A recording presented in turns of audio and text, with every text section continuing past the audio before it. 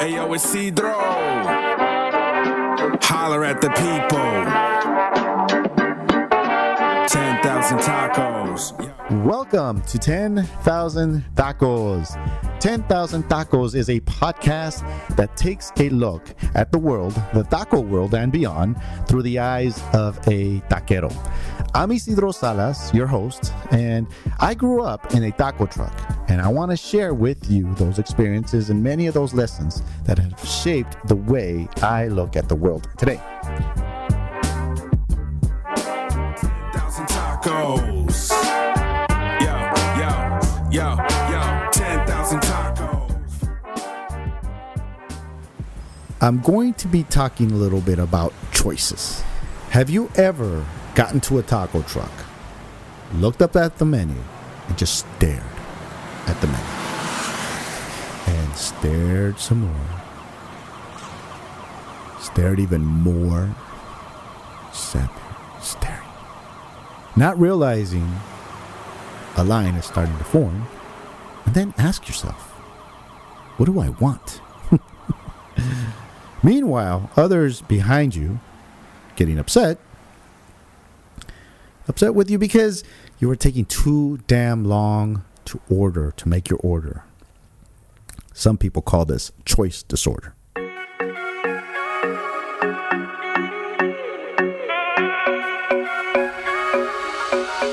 Have you ever heard of the paradox of choice? The concept of why more is less, and how too many choices at times can leave us motionless in our ability to choose, like brain freezes, worse than that. So today on the show, I want to bring up that very word called choice. It's something we do every single day. We do it from the moment we wake up to as we go on about our day, and finally when or what time we choose to go to bed, or who we choose to go to bed with at times. I'm kidding. No. I'm married. Remember, no. I'm not talking about me. I'm talking about others. People have that luxury. Anyway, why would I want to talk to you about choice today? Why? Well, for one, it's a very important process in our lives. We all agree, right? Choice. It could be said that some of the choices we make inevitably define us. And that's why it's important. Second, I want to go back to season 1. Remember when I covered a little bit about my dad? I had that series of 3 episodes called The Baddest Taquero. Well, in The Baddest Taquero number 1, I told you about my dad's first day of selling food and how the choice to make a left impacted even my life and how important that choice was. It's very important, at least to me. And lastly, I'd like to leave you with some information on how to make your choices. I'm not telling you what to choose, but make your choices, especially when it comes to what type of tacos you should choose. And remember, tacos aren't just a food to me. It's a way of life. How we choose to live our lives is, to be more specific.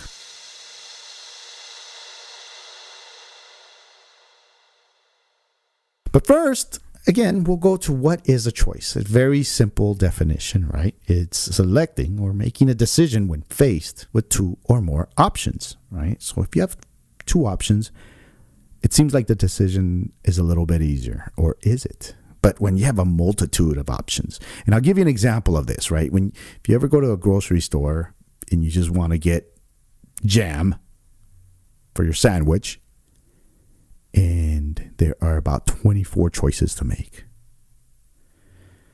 That's what I mean. That's too many choices. And you're like, you just grab whatever. But I believe that we are living in times where there are just too many choices in a wide array of everyday things. And the easy ones are just going to get things at the grocery stores, but they get more complicated. A lot of these options are clogging up our thinking, and at times it really overwhelms most of our valuable organ. And that organ, our most valuable organ, is our brain.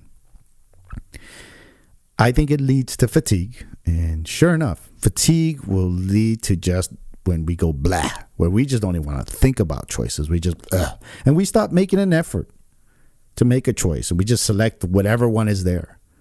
And even worse, sometimes we allow others to choose for us when we get fatigued. And I think maybe that leads to suffering. So if given a choice, I choose not to suffer.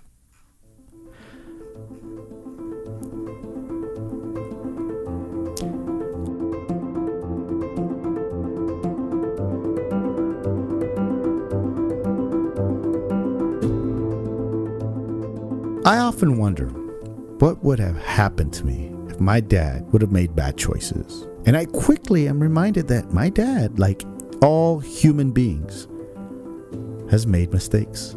Obviously, a mistake is a wrong choice. So I can't sit there and wonder what if my dad made wrong choices. He's made a lot of wrong choices. We've all made bad choices that lead to mistakes. But what I really think about is the ability to move past a mistake, a bad choice, and find a way through so a better choice can be made. I mean, that's a possibility, right? And that's what my dad did. The time he went out to sell food for the very first time, recall in that season 1 episode, I think it was the 10th episode, he came back and sold just 2 tacos. 2 tacos. Most people would have made the decision to quit. But as dejected as he felt, he went back out.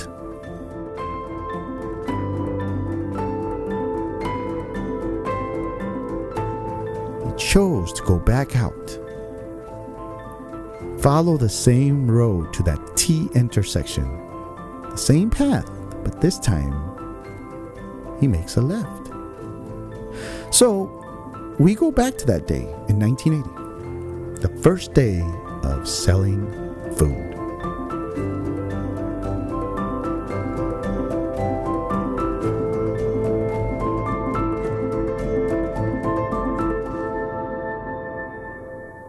My mom and dad both woke up around 4 a.m.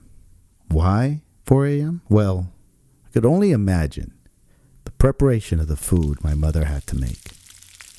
Chile verde burritos, the taco combination plates, the tacos dorados. And tacos dorados were these fried tacos that had potato filling in there. And the way my mom makes her potatoes,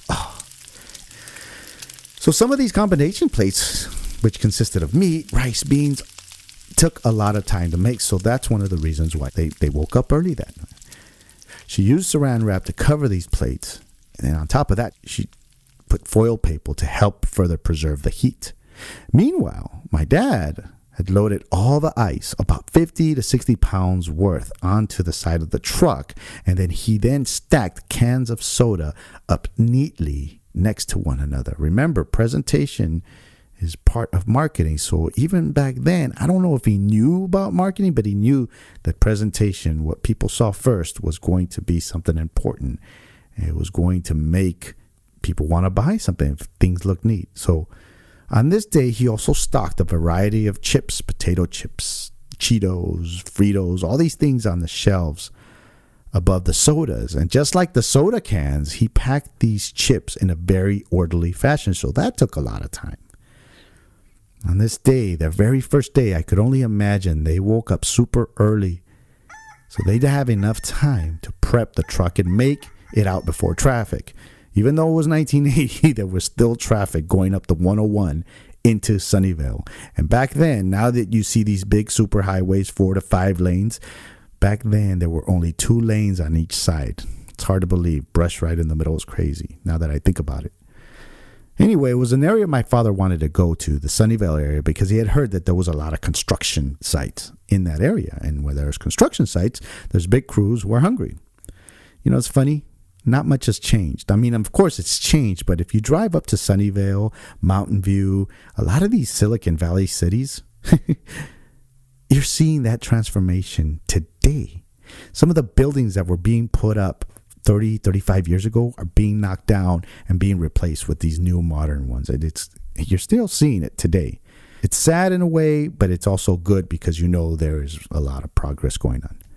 But anyway, on this morning, after my mom finished packing up the truck, and of course he finished stocking and everything, he drove up to this T intersection, and he asked himself, which direction? Which way do I go?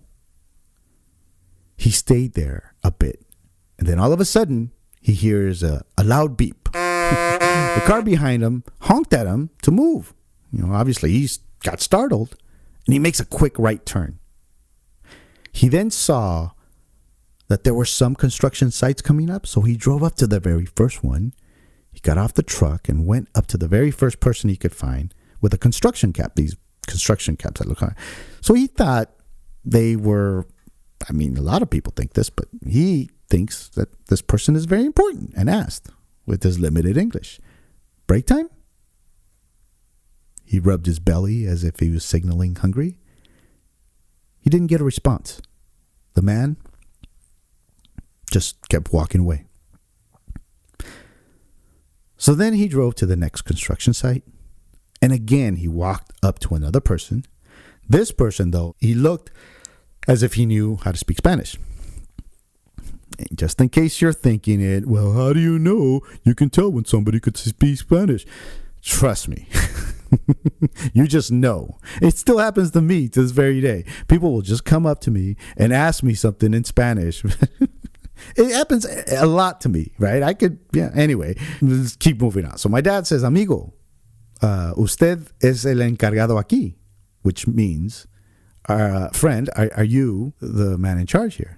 The man laughed a bit and said, no. And he says, es el gringo allá, and he points. It's the white guy up there. But my dad took the opportunity to ask, since he had the guy there, and asked him, could he find out, is there a time he can come and serve food for the crew here, like break time or lunchtime? And the guy answers, we already have a truck that comes here. Even if you ask, he'll probably say no because of that. And that was pretty common back then. So my dad, he didn't even bother. He just left and drove to another construction spot. And there again, he repeated the prior steps, and again, he was told no. He did this the whole morning, and then into the lunch, and into the early afternoon, which by then, most construction workers start going home. Clearly bummed, as he was at the stoplight, a driver that was right next to him asked if he had any food left. Clearly, he assumed he had sold out, but he was going to ask, hey, you have any food? And my dad yeah, see? My dad just quickly points to the side of the road and says to the guy, hey, pull over there. And so he pulls over and the guy pulls behind him. And the guy gets out and, he starts scrambling through some of the hot plates and asks my dad which one is good. And my dad just says to him, the plate with the carne asada tacos. The guy gives my dad $5. He takes the soda, and my father gives him back $1.50 in change. And that was it. My dad climbs back into the truck and starts going home. Dejected, bummed out. He only sold 2 tacos that day.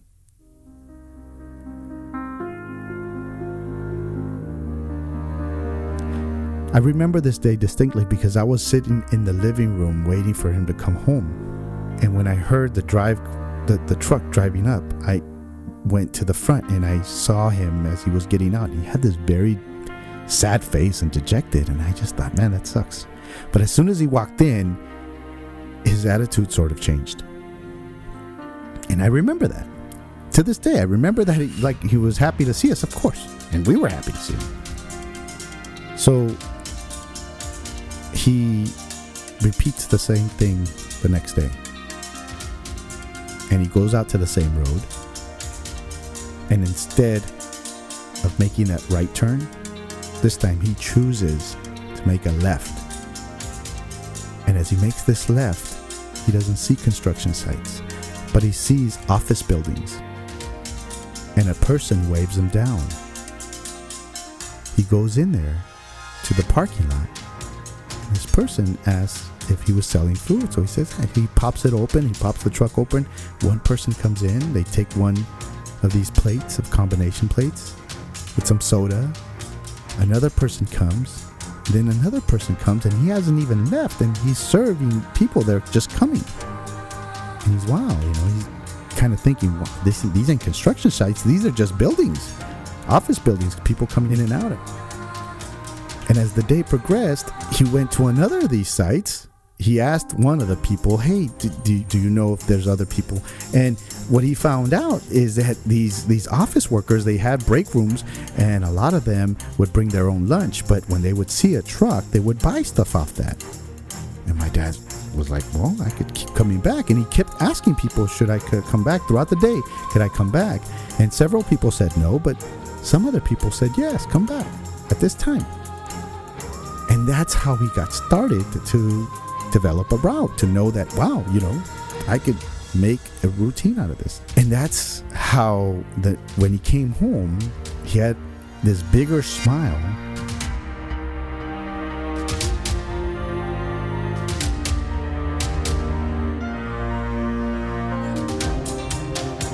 Because he sold burritos, he sold tacos, he sold the potato chips, he sold the soda cans.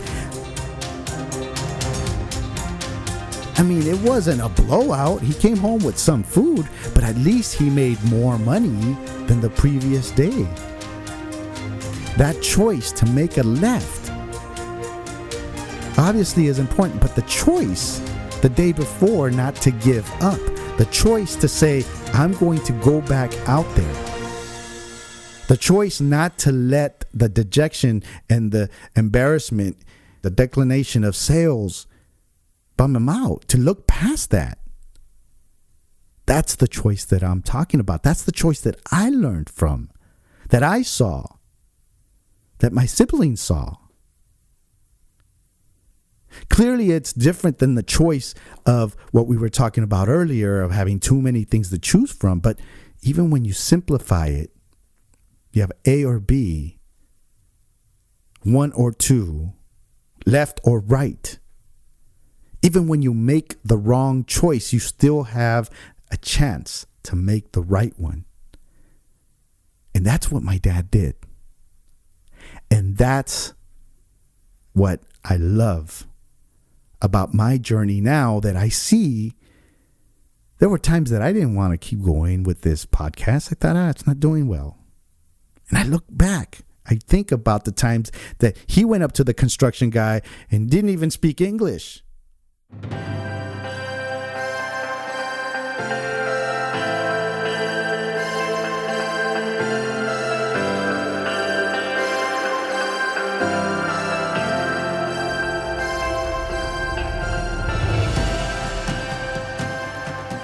Choice. It's one of these freedoms that we fundamentally have. And we don't take full advantage of it. We fail a lot, and that's okay. Most of us are bad at making decisions. I mean, think about this. Somebody decided to make a movie with snakes on a plane. They got made. And some people decided to go watch it. Guilty. Anyway, when it comes to choosing, most of us, we want what's best for ourselves. I mean, that's true. Options that are useless are sometimes mistaken because most people don't choose them, and thus those people go with the flow. And that's why I despise Yelp, especially when it comes to where to go eat. Somebody may be, I couldn't get into the parking lot, so I never got to taste the tacos, so those tacos are bad. Mwah. Or, the waiter just wasn't wearing the shirt that I liked, so I didn't like my service. Mwah. I won't go into bad neighborhoods to get these great tasting tacos, so those tacos aren't good. Mwah. We get influenced by others. Choose those who have your best interest. Your gut has your best interest. Many argue that it's very sad when we are influenced by our surroundings, people, places, basically our environment. But it does happen. Just a broad suggestion. We are our own choice manufacturers. We build our choices. We could design our choices. In essence, we are choice architects. My dad was influenced that one morning. He was influenced by a man honking at him. Felt pressured, so he makes a quick decision. He makes it right. The next day, he followed his gut. And with that, I'll leave you with this taco.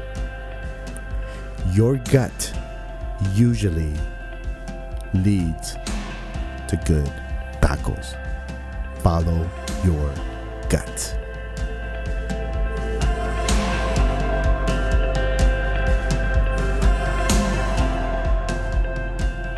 And that is all for this episode. Thanks again for making us a part of your day. We are just very, very lucky to have people like you guys download our episodes. We don't advertise. We don't push this down people's throats. Simply, the podcast grows because people like you who listen, who take the time, and then you recommend it to others. That is one of the most humbling things that could happen. But with that, I will leave you, and we'll be back in a couple of weeks with our next episode. Until then, I'm Isidro Salas, and this is 10,000 Tacos.